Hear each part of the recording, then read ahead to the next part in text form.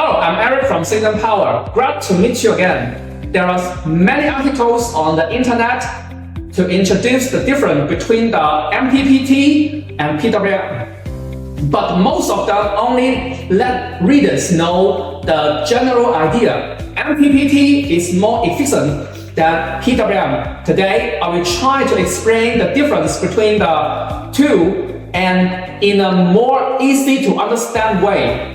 1. In terms of basic principles, PWM is equal to a DC charging switch, and it has 3 charging stage like MPPT: constant current, constant voltage, and floating charge to charge the battery.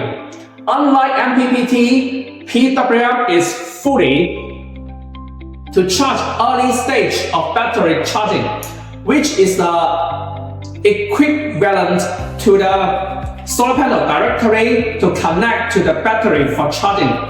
The floating charge function is not turned on until the battery power reaches 80% to 85%. We will explain what the floating charge function later. Now, we will focus on the difference between the PWM and MPPT.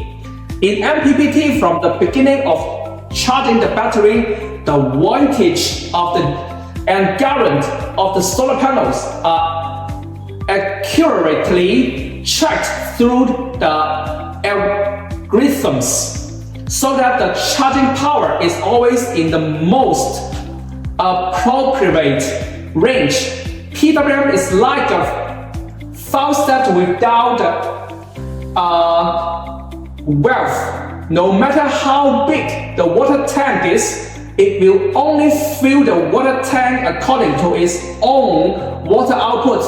In the process, some water may overflow from the water tank due to excessive water output. MPPT is like a faucet with a valve.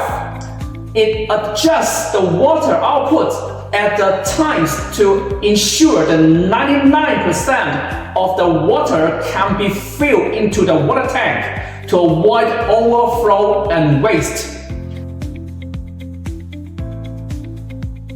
In practical applications, MPPT is suitable for use with solar panels with a power of 200 watts or less, and MPPT is suitable for use for solar panels with a power of 300 watts or even more than. Let's use a faucet as an analogy.